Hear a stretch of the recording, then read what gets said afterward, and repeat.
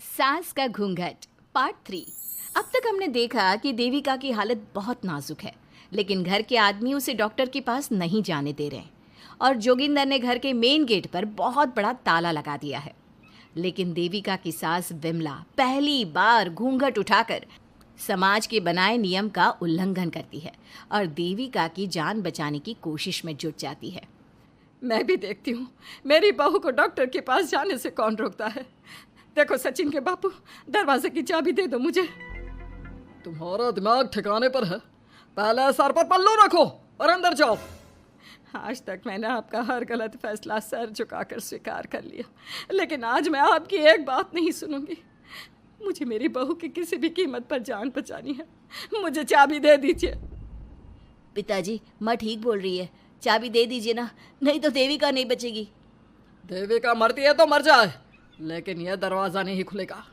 तुम सारी औरतों को इस देविका नाम की बीमारी ने पागल कर दिया है, और इस बीमारी का अच्छी तरह से इलाज करना आता है मुझे। वीना बेटी, सुजाता बहू, जाओ अंदर से देविका को लेकर आओ। विमला ये बोलकर अपने पति के हाथ से चाबी छीन लेती है।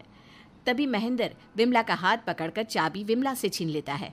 भाभी, घर के मर्दों से टक्कर लेकर आप अच्छा नहीं कर रही हो, ये इस घर के संस्कार नहीं है। महेंद्र की बात सुनकर कम्मू अपने पति के हाथ से चाबी छीनकर कहती है, इस घर के संस्कार क्या है हम अच्छी तरह से जान गए हैं। आज इस घर का दरवाज़ा खुलकर रहेगा और देविका डॉक्टर के पास जाकर रहेगी। भाभी, ये लो दरवाज़ा खोलो। विमला ताला खोल देती है। तभी वीना और सुजाता देविका को लेकर आ जाती हैं।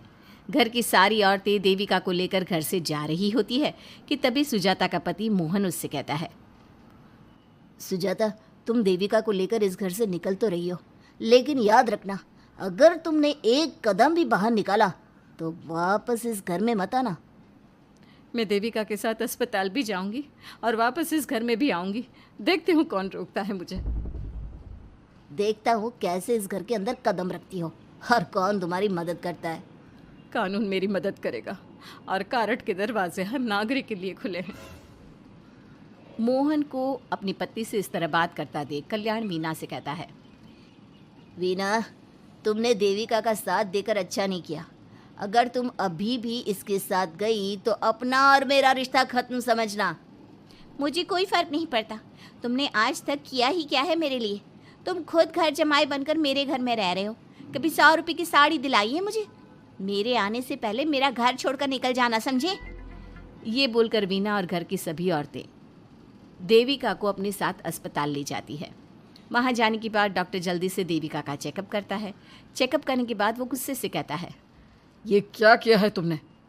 क्या हुआ डॉक्टर साहब? आपकी बहू की इतनी ज़्यादा हालत ख़राब है और उन्हें चोट भी लगी है, फिर भी आपने उन्हें हॉस्पिटल लाने में इतना लेट कर दिया। आपको 3 दिन पहले ही इन्हें हॉस्पिटल में एडमिट करवाना चाहिए था। हमसे गलती हो गई डॉक्टर साहब, लेकिन आप जल्दी कुछ करिए। हमारी बहू और उसके बच्चे को बचा लीजिए। देखिए, अभी कुछ भी कह पाना मुश्किल है। हम माँ और बच्चे में से किसी एक को ही बचा सकते हैं। आप सोच लो किसे बचाना है। डॉक्टर साहब, आप देविका को बचाइए, उससे कुछ नहीं होना चाहिए। देखिए, हमें देविका का ऑपरेशन करना पड़ेगा। आप इनके पति को बुलाइए, हमें कुछ पेपर पर साइन करवाने हैं। डॉक्टर की बात सुनकर सभी औरतें सोच में पड़ जाती हैं। तभी वीना कहती है, डॉक्टर साहब, इनके पति नहीं आ सकते। ये इनकी सास है विमला देवी, आप इनसे साइन करवा लीजिए। लेकिन पेशेंट की हालत इतनी नाजुक है, इनके पति है कहाँ? वो अपने आदमी होने का धर्म निभा रहा है।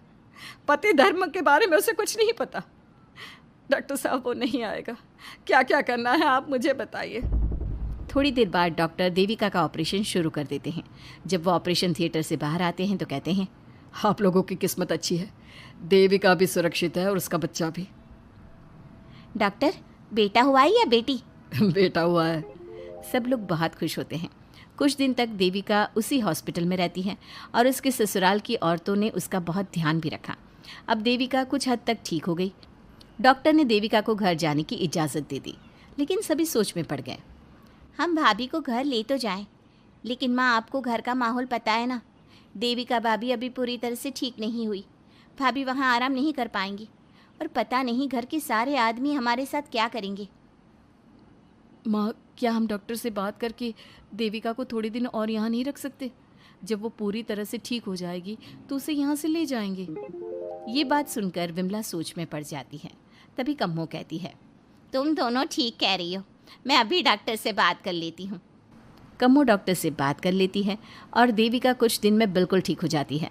देविका अपने बच्चे को गोद में लिए बाकी औरतों के साथ अपनी ससुराल जाती है, लेकिन घर के सभी आदमी उन्हें दरवाजे पर ही रोक देते हैं। खबरदार, तुम में से कोई भी औरत अगर घर के भीतर घुसी, अगर तुम घर में कदम रखोगी तो घर अपवित्र हो जाएगा। घर हमारे कदम रखने से अपवित्र नहीं होगा, बल्कि आपकी गंदी सोच की वजह से घर क्या, अरे पूरा समाज अपवित्र हो रहा है। सुजाता, मैंने मना किया था ना घर से बाहर जाने के लिए। अब एक काम कर, जैसे ही यहाँ आई है वैसे ही यहाँ से सीधा अपने मायके लौट जा। क्यों जी, क्यों चली जाऊँ मैं अपने मायके? मैं जब तक चाहूँ यहाँ रह सकती हूँ। अगर आपने मुझे इस घर में आने से रोका तो मैं आपकी पुलिस में शिकायत कर दूँगी। वीना, इन सब की तरह तुम्हारा भी दिमाग खराब हो गया है। अब मैं तुम्हें बिल्कुल बर्दाश्त नहीं करूँगा। तुम्हें ऐसी सज़ा दूंगा कि तुम याद रखोगी। सजा बाद में देना, पहले मेरे घर से बाहर निकलो। खुद पूरी जिंदगी में एक घर नहीं खरीद पाए और मुझे सबक सिखाने की बात बोल रहे हो।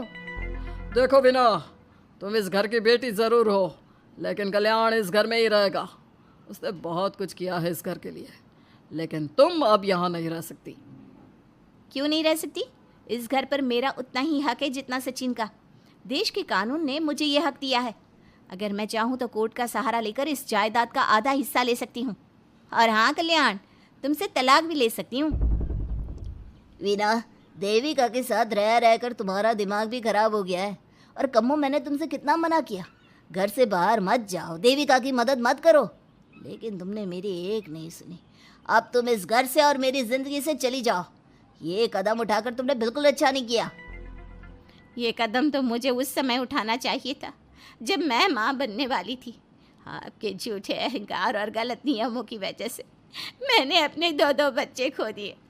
अगर उस समय मैं दाई अम्मा से इलाज ना कराती और हॉस्पिटल चली जाती तो सचिन के बराबर मेरे भी 2 बेटे होते। सभी पति इस बात पर अड़े हुए थे कि वो अपनी अपनी पत्नियों को घर के अंदर नहीं आने देंगे। देविका बहुत देर तक सबकी बातें सुनती रही। फिर उसने अपने पति से कहा, सचिन, तुम्हारे घर के आदमियों की बात तो मैंने सुन ली। अब तुम बताओ, तुम्हारा क्या फैसला है? देविका, मुझे माफ़ कर दो, मैं तुम्हारे लिए कुछ नहीं कर सकता, मैं मजबूर हूँ। मुझे पता था सचिन, तुम्हारा यही जवाब होगा। मुझे अपने आप पर हैरानी है कि मैंने बिना रीढ़ की हड्डी वाले आदमी से प्यार ही क्यों किया, शादी क्यों की। अब मैं आप सबसे बस आखिरी बार पूछ रही हूँ, तुम हमें अंदर आने दे रहे हो या नहीं, या मैं पुलिस को फ़ोन करूँ? देविका, आज तक हमारे गांव में पुलिस ने कभी कदम नहीं रखा और तू हमारे घर के दरवाजे पर पुलिस को लेकर आएगी? तेरी हिम्मत कैसे हुई ये बात करने की? आज तक इन औरतों ने घर से बाहर कदम नहीं निकाला था और 2-4 दिन में तूने इन सबको इनके अधिकार भी याद करा दिए। अब तो तुम बिल्कुल इस घर में नहीं आ सकते। घर की औरतें घर के बाहर खड़ी थी और घर के आदमी घर के दरवाजे पर। उनकी लड़ाई देखकर पूरा गांव इकट्ठा हो गया। देविका को अस्पताल पहुंचाकर घर की औरतों ने काम तो अच्छा किया। इस काम से देविका और उसके बच्चे की जान भी बच गई, लेकिन इनकी जान बचाने की कीमत घर की औरतों को कैसे चुकानी होगी, इसके लिए आपको आने वाला एपिसोड देखना होगा। और हमारे प्यारे दर्शकों, हमें कमेंट करके ज़रूर बताइए कि देविका के साथ बाकी औरतों को क्या करना चाहिए। क्या उन्हें घर के अंदर जाने के लिए संघर्ष करना चाहिए या फिर वो घर छोड़कर चले जाना चाहिए?